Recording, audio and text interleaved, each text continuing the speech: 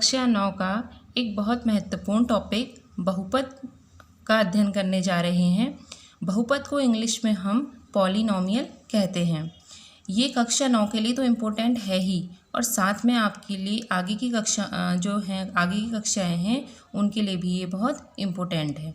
आपको इनकी नॉलेज होनी चाहिए। चलिए, बहुपद पढ़ने से पहले हम कुछ टर्म्स हैं, कुछ पद हैं जिनको हम क्लैरिफाई कर लेते हैं। ठीक है, उनको परिभाषित कर लेते हैं, वो हमें आने चाहिए। जैसे है चर।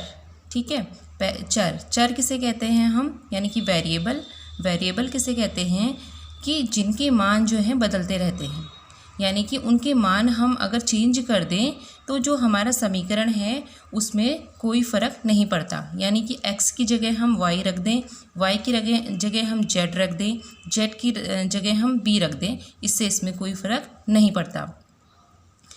और दूसरा टर्म आता है अचर, जिसे हम इंग्लिश में बोलते हैं कांस्टेंट।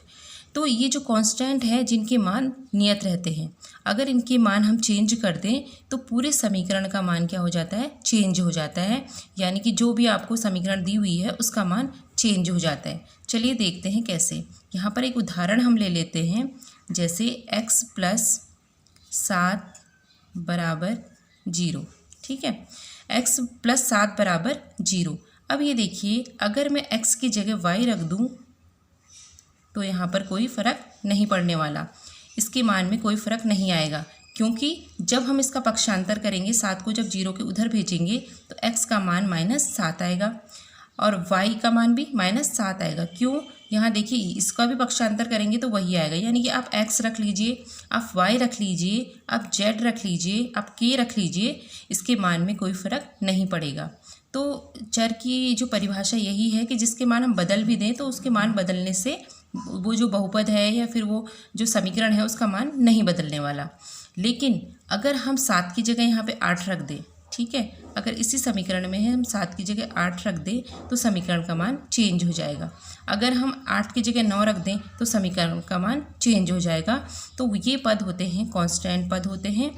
इनके मान बदलने पर समीकरण का पूरा मान बदल जाता है। इनको हम अचर पद कहते हैं। अब ये आपको स्पष्ट हो गया कि चर क्या है और अचर क्या है। अब आता है एक टर्म बीजीय व्यंजक।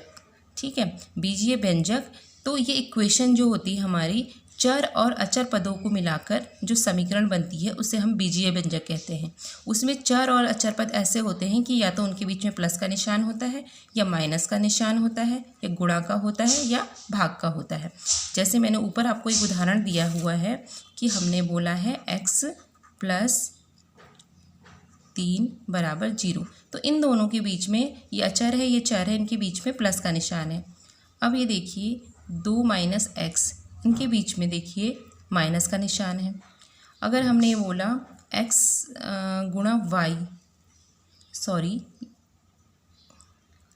या इसको भी ले सकते हैं, या 2 × x, ये भी एक बीजीय व्यंजक है। x/y, ये भी एक बीजीय व्यंजक है। 2/x, ये भी एक बीजीय व्यंजक है। इनमें देखिए ना भाग का निशान है, इसको 2 भाग हम क्या लिख सकते हैं, 2 भाग x, यानी कि 2/x। ठीक है, ये सारे क्या कहलाते हैं, बीजीय व्यंजक। ये जो है बहुपद पढ़ने से पहले हमें ये स्पष्ट होना चाहिए कि चर क्या होते हैं, अचर क्या होते हैं और बीजीय व्यंजक क्या होते हैं। उसके बाद हम बहुपद को परिभाषित कर सकते हैं आसानी से। अब यहाँ देखिए, आज हमारा इम्पोर्टेंट टॉपिक है बहुपद। तो हम बहुपद किसे कहेंगे? बहुपद 2 शब्दों से मिलकर बना है बहुपद। ठीक है, बहु को इंग्लिश में क्या बोलते हैं, मैनी, पद को क्या बोलते हैं, टर्म्स।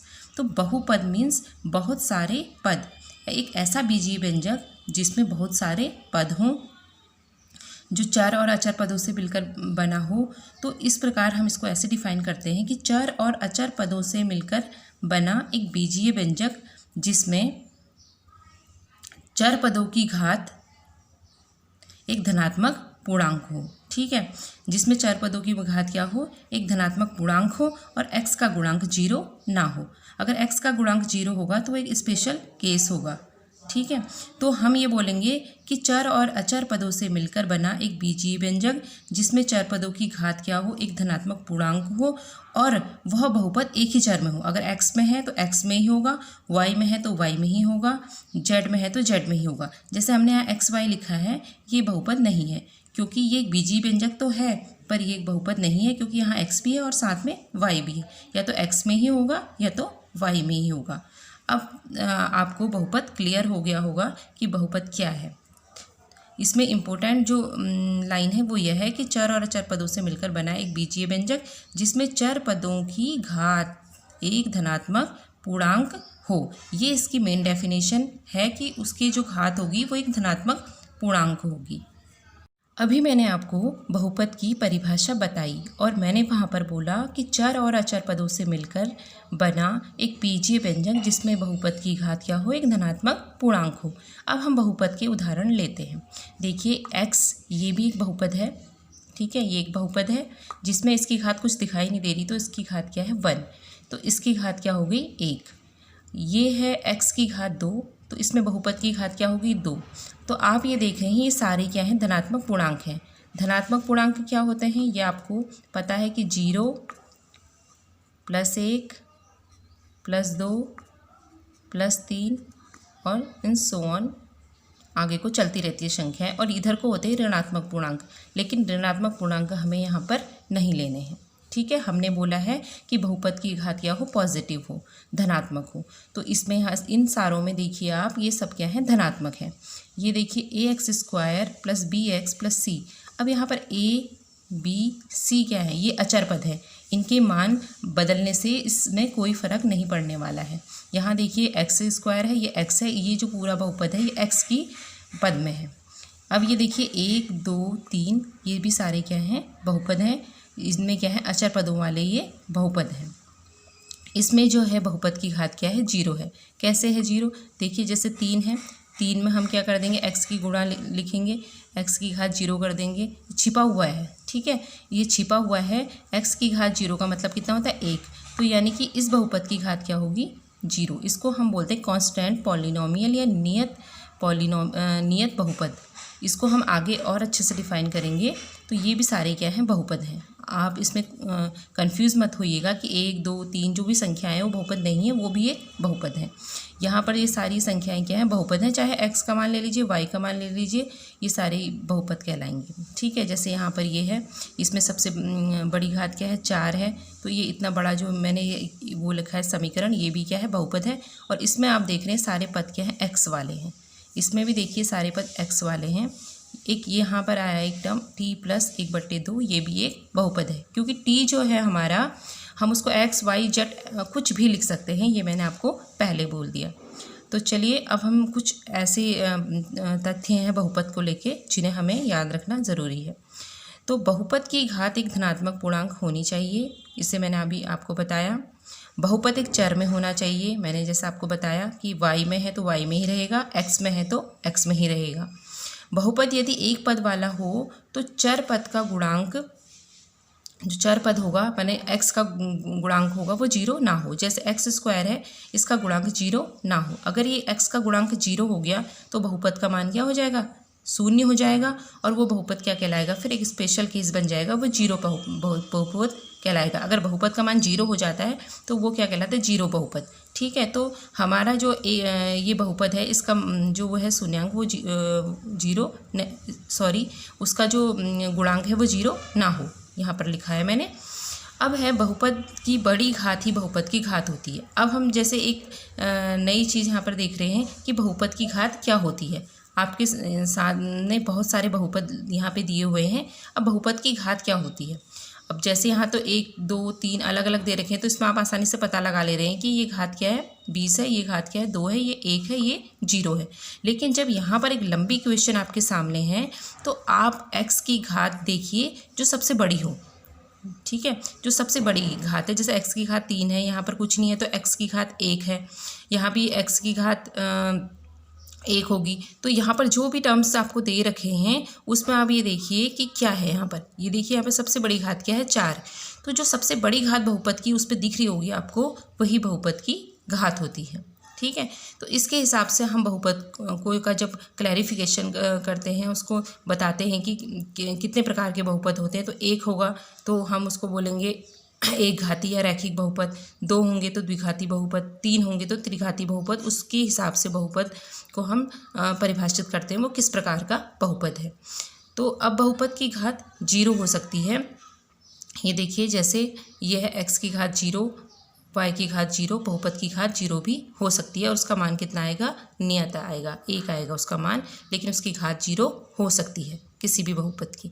तो ये सारे टर्म्स आपको याद रखने चाहिए। अब यहाँ देखिए, बहुपद की घात जो है ऋणात्मक नहीं होनी चाहिए, मतलब कि जो इस टाइप की इक्वेशन आपको मिलेगी वो बहुपद नहीं है। जैसे x प्लस 1/x, अब x को आप ऊपर ले गए अंश में, तो उसकी जो घात है 1 यहाँ पे छुपी हुई है, तो ऊपर जाके क्या हो जाएगी? माइनस में। तो ये बहुपद नहीं है, क्योंकि इसकी घात क्या है? ऋणात्मक है। ये भी देखिए, ये भी बट्टे में है नीचे, ये ऊपर जाएगा तो इसकी मान क्या हो जाएगी? y की घात -2। तो ये भी बहुपद नहीं है, यानी कि उसकी घात मैंने पहले ही बोला है कि धनात्मक पूर्णांक होनी चाहिए। बहुपद की घात वर्गमूल या घनमूल या जो भी है आगे में इस तरीके की जो भी इक्वेशन आएगी उसमें नहीं होगी, क्योंकि वो हमने बोला है कि धनात्मक पूर्णांक हो। ठीक है, पूर्णांक ये होता है पूरा पूरा। तो 1/2 लिखते हैं हम इसको, वर्गमूल को। तो इसका मतलब इस टाइप के जो भी होंगे वो बहुपद नहीं कहलाएंगे। लेकिन कभी कभी बच्चे क्या होते हैं? कन्फ्यूज़ हो जाते हैं। अगर x + √7 लिखा होगा तो वो कहेंगे ये बहुपद नहीं है क्योंकि √7 है। वो ये ध्यान नहीं देते कि अचर पद के ऊपर है। ठीक है, इसके ऊपर तो पूर्णांक ही है। ठीक है, इसमें 2 पदों से मिलकर बना है ये, तो ये तो अचर पद होगा, इसको तो आपने देखना नहीं है। आपने सिर्फ x, y, z वाले पदों को देखना है जो चर पद हैं। तो उसके ऊपर जो घात चढ़ी होगी वो उसकी घात देखते हुए आपने डिसाइड करना है कि वो बहुपद है या नहीं है। इसमें आपने कंफ्यूज नहीं होना है। जैसे कभी कभी ऐसे भी दिया रहेगा, ये इसकी घात 3 होगी, माना यहाँ पर आपने को y दिया हुआ है और ये 1 दिया हुआ है, तो ये भी बहुपद नहीं है। इसको भी आपको याद रखना होगा। अब है बहुपद की जितनी घात होगी उसके उतने ही शून्यक होंगे, यानी कि बहुपद अगर द्विघाती है तो उसके 2 शून्यक होंगे। शून्यक का मीन्स x के मान 2 होंगे। अगर त्रिघाती है तो 3 होंगे।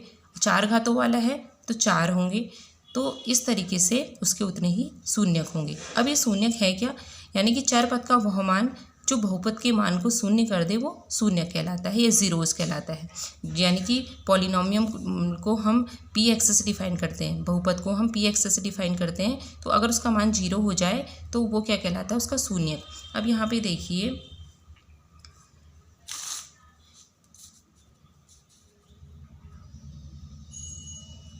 x + 3 = 0, ये एक बहुपद है माना। ठीक है, अब x का मान आप कितना रखते हैं? x का मान आप -3 रखते हैं और इसका मान क्या हो जाता है? 0। ठीक है, आपको 0 लाना है। तो x का मान अगर -3 रखते हैं, आप 0 आता है, तो इसका कितने शून्यक है? 1 शून्यक है। ठीक है, ऐसे ही आप द्विघाती समीकरण आगे देखेंगे तो उसके 2 शून्यक निकलेंगे, क्योंकि उसमें x के 2 मान निकलते हैं। इस प्रकार आपको सारे टर्म्स याद रखने हैं।